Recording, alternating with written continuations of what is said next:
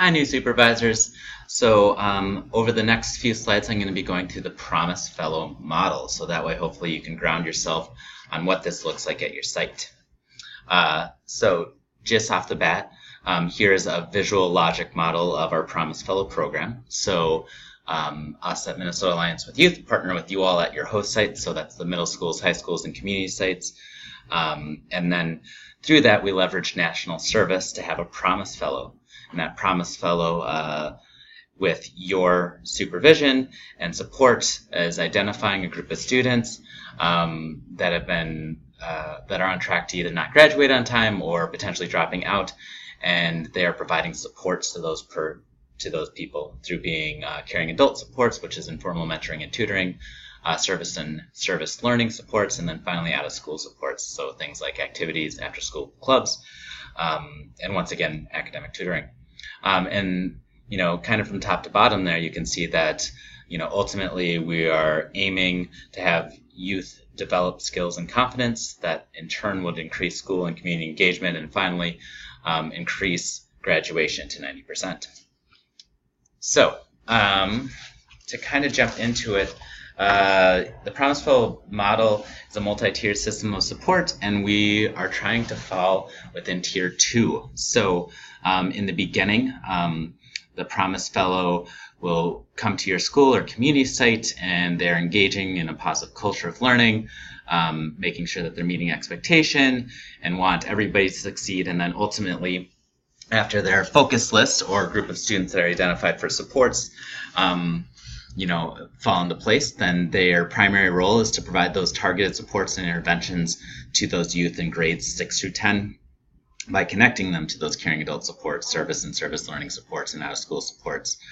And then finally, the reality is there might be students that are needing more support than what they can offer, and in that case, we just ask that you at the host site make sure that if there is the social worker involved, that person is, acting as a supporter. If there's other licensed professionals that need to be involved in that young person's life, that they are, this Promise Fellow could be supporting those students, but they're making sure that they know where their support ends and the other necessary licensed support starts.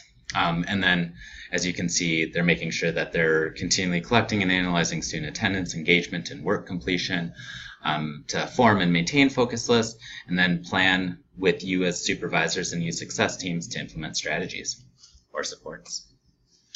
So, as I said, there is a youth success team, and so really, you as a supervisor are the leader of that youth success team, and that the AmeriCorps Promise Fellow can really both use your help to identify the students that need the support, and that there is a group that can help the Promise Fellow, or a youth success team that can help the Promise Fellow to identify the interventions or supports that are needed. So really, that can and very well should be a pre-existing team that exists at your school or community site. So that could be an attendance team, a behavior team, a grade level team, and then you as the focus list and supervisor would help identify those 30 students in grades 6 through 10 and help the Promise Fellow to guide the interventions or support that they do. So, like I said, identifying 30 students, we just need to make sure that we're all on the same page on what students qualify for focus list or what students qualify to have support.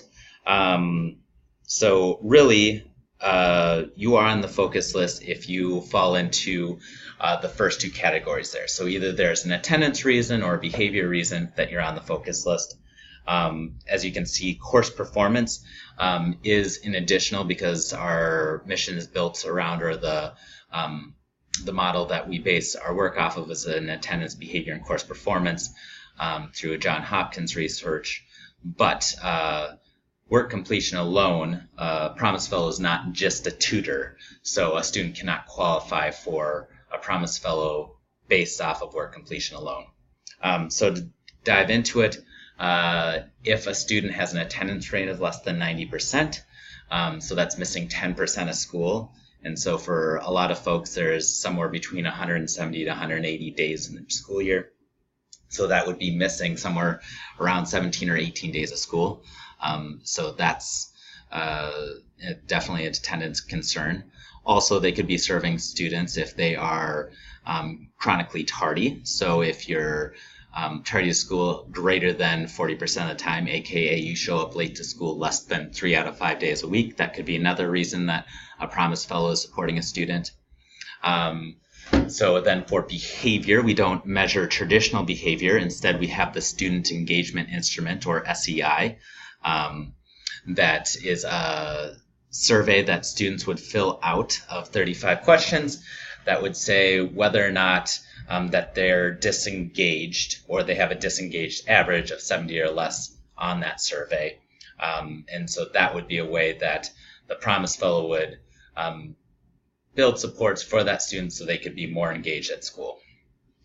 Then finally, for the work completion, it is interconnected. So if you have work completion rate of less than 60%, that could also be a reason in conjunction with attendance or behavior that the Promise Fellow is supporting that student.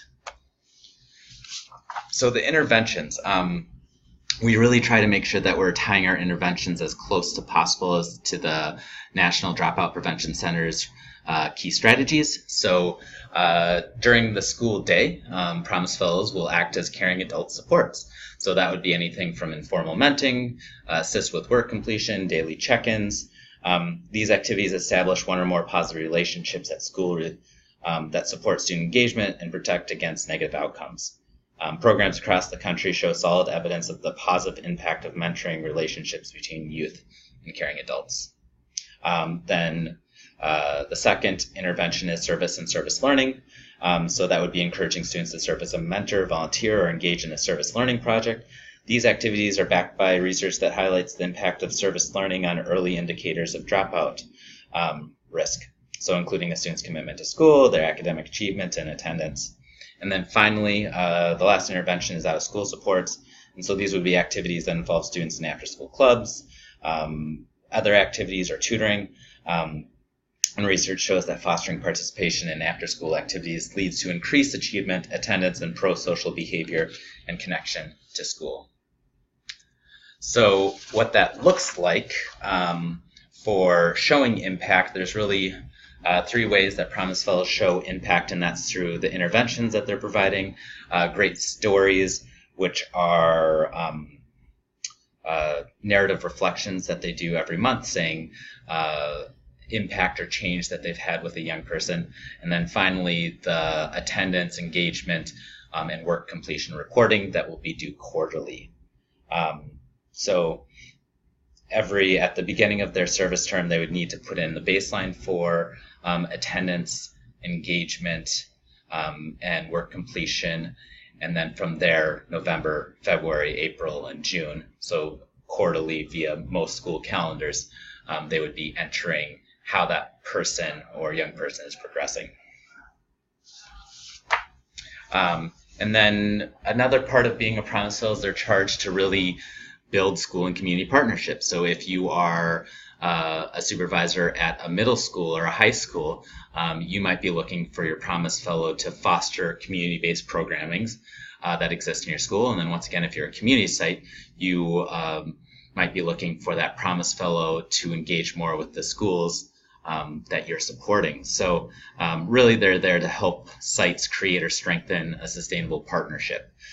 So throughout the year, a Promise Fellow might have pieces that they want to work on, or you as a community or school might have pieces that you want to work on, and realize that the Promise Fellow's role takes that into account. And finally, I want to make sure that I just show you an example day in the life for both school-based and community-based Promise Fellows. So really, if you're a school-based Promise Fellow, it's up to you as a supervisor to set that person's schedule. Oftentimes that looks like the Promise Fellow showing up at 7, making sure that they're saying hi to students as they come in, checking in with you as a supervisor, reviewing attendance data.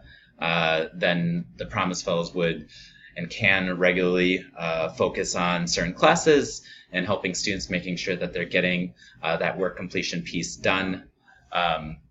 then to build more relationships, eating lunch with their students or their focus list students. And then finally, they can be doing some of those informal mentoring pieces, such as setting goals for student engagement, and then connecting to an out-of-school time activity. So that's school-based. Here's community-based.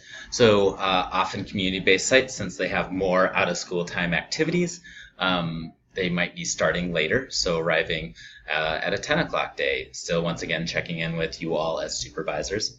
Then going to the middle school, so working on that caring adult and school connection, doing some lunchtime mentoring, then preparing for the out-of-school activity or after-school activity. And in this case, that could be anything like stopping in a mall to support a community service project. So once again, as you start your year with your Promise Fellow, make sure that you really establish and make sure that they know what their schedule looks like. So please make sure that you go through what a day in the life for your Promise Fellow looks like.